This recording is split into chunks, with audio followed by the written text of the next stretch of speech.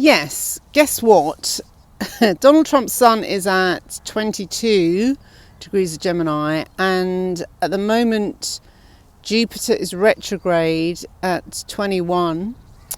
So it's around. It's not going to be exactly on his sun during the election time, or it may be going direct. I haven't really checked.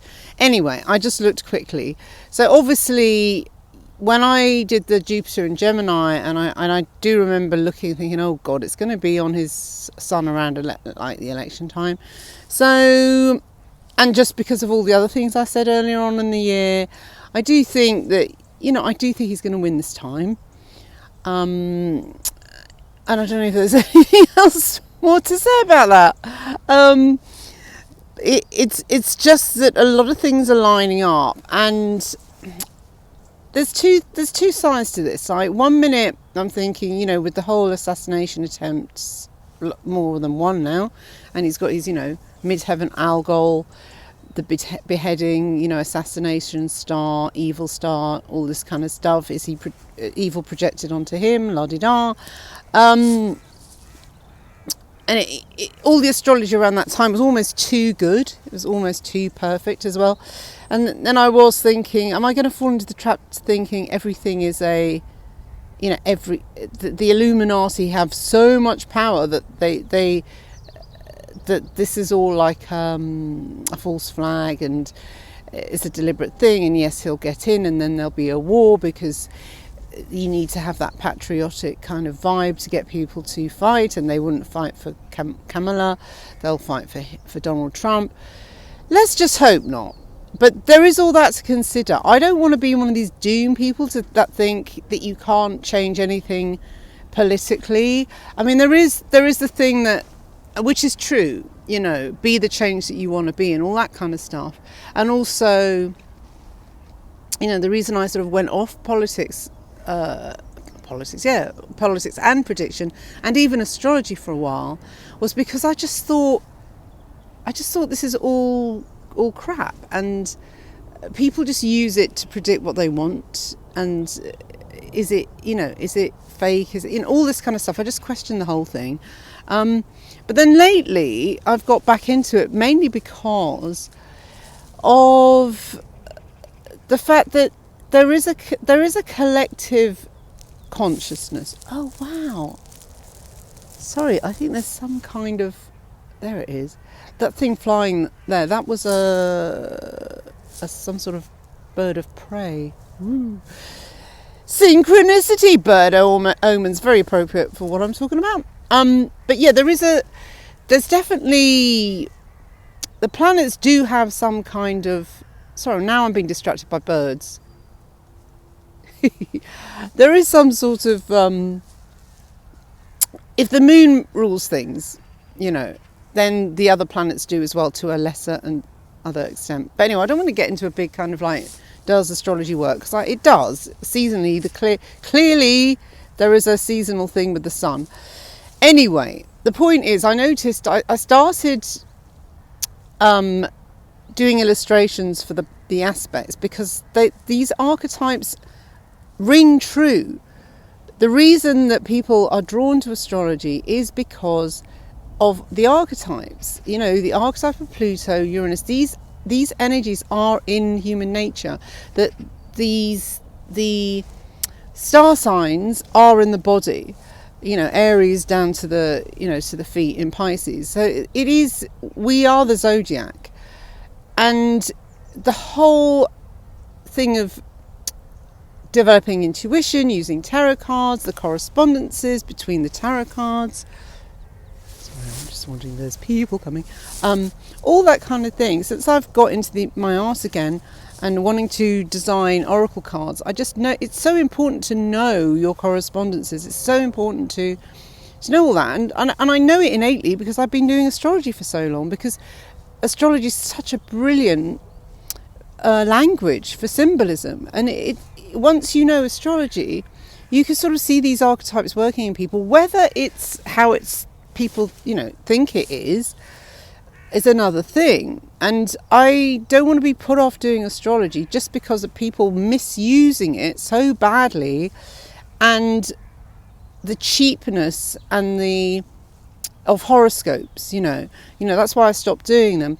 At the same time, there is a certain element of truth in them, because there are certain, that's why I sort of have, the planets in houses on my site, and, I do it now in a way that you can sort of just learn your own astrology, because the best thing is for people to learn astrology themselves, so that they're not looking for gurus to make predictions for them, that they can read the signs, and it intunes them, it connects them to their own intuition, just like reading tarot cards does, and it helps them make predictions for themselves. The only thing is, yes, sometimes when you do your own astrology, and this is the problem I sometimes found, with doing things like synastry, and you tend to do that if you're an astrologer and you fancy someone as, let's do that, let's do our synastry, and then you see all these lovely trines or whatever, and you think, this is made to be. Why isn't it working out? Why doesn't he fancy me? Blah blah blah, and you can't. It just because there's all these amazing things doesn't mean that your relationship's gonna go anywhere. But anyway, the point is, I've been doing a lot of synastry readings with people lately, and it's so there is. I'm very aware that there's something more than just the fact that they have these connections together. It's just the fact they come to me at this time. I read a story into it as well, based on my connection to my higher self and my higher self's connection to their higher selves. So I'm sure it reads out. If you look at a Davison chart, for example, I know I've gone on to some big tangent now, but if you read a Davison chart for a couple, different people using different astrologers using different techniques and different house systems and whatever are going to see it in a different way from their perspective. But I said to the clients that I was doing a reading for, was like, I think I attract people from my soul group who have similar issues, like parents, with personality disorders, for example, mother wounds, for example, all these kind of things. Ceres is my goddess that I really specialise in because of that, and I think because of that I attract people who are very touched by the Persephone myth as well. So there are astrologers for different people, like there are psychiatrists, psychologists for different people. So and let's get back to the politics as well. I am not going to probably resonate with an astrologer who's going to predict some things that are more to the left, because I'm not to the left, even though I used to be. And then I think, that's really bad because I'm really biased. And people will say to me, you're really biased. But, I have been all over the place. And I think I'm still quite I still like to call myself sensible centrist, because when I did the, the political compass test, I was surprised. I thought I'd come out as like far right or something. But I was actually only very marginally right of centre, towards the kind of cookie side, so to the more libertarian side. So I was quite pleased about that in a way, because I thought, am I going mad?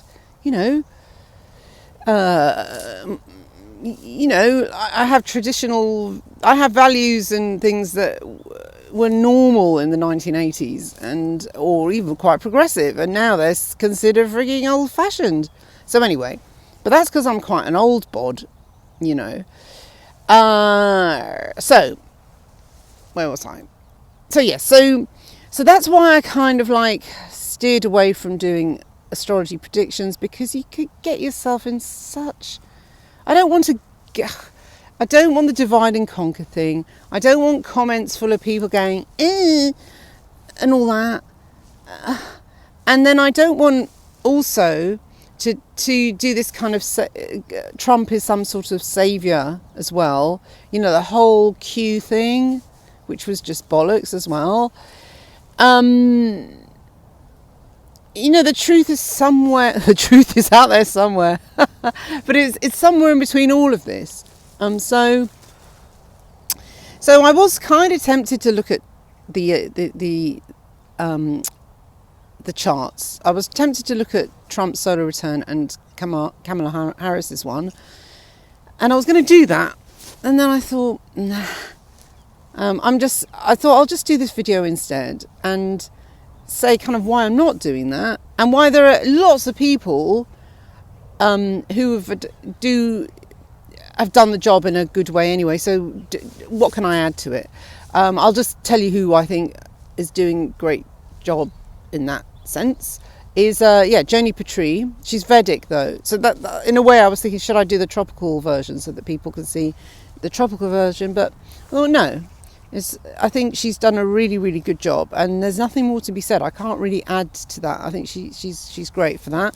And also I was listening to Cosmic Matrix, and they were looking at she was looking at the astrology of America and the Pluto return and the elections. I haven't actually got to the elections bit, but I started listening to it as I came out on this walk, and I went, well, I know that they are very good. They're very fair in their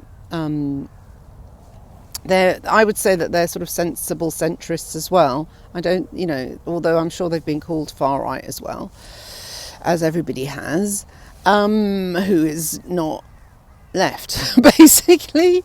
So I think she's probably done a great job, because I know her astrology from other times, and she always does good jobs with that. So is there any need for me to do it as well? So probably not. So instead, I want to concentrate on doing my oracle deck, because I'm really into that. I've done all the goddesses now, but I'm going to redo them all in a style so that they're kind of cohesive, because at the moment they all look very different in a way. I know there's a style that they all kind of look, that they're sort of done by me, but they need to be, for a tarot deck or an oracle deck, they need to have a much more uniform thing.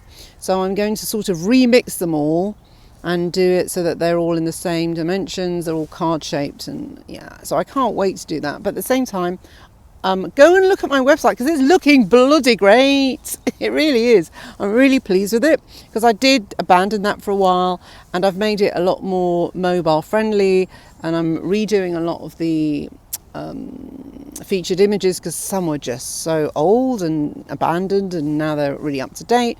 And I'm also doing on Instagram and Facebook, putting the aspect of the day, with a bit of an interpretation of what it means for the collective, and then it gives you a link if you want to go and look deeper for what it is for a natal. And eventually I'd like to do actually synastry, the aspects for synastry, because that's really, I think out of all astrology, synastry really does make the most sense, because it just shows, people are very different and opposites do attract, but then what was the initial attraction and everything that made it really good in the beginning is now causing problems. And that's what happens, but I think that's a kind of karmic thing. It's because it is like the projection and bringing out the shadow almost.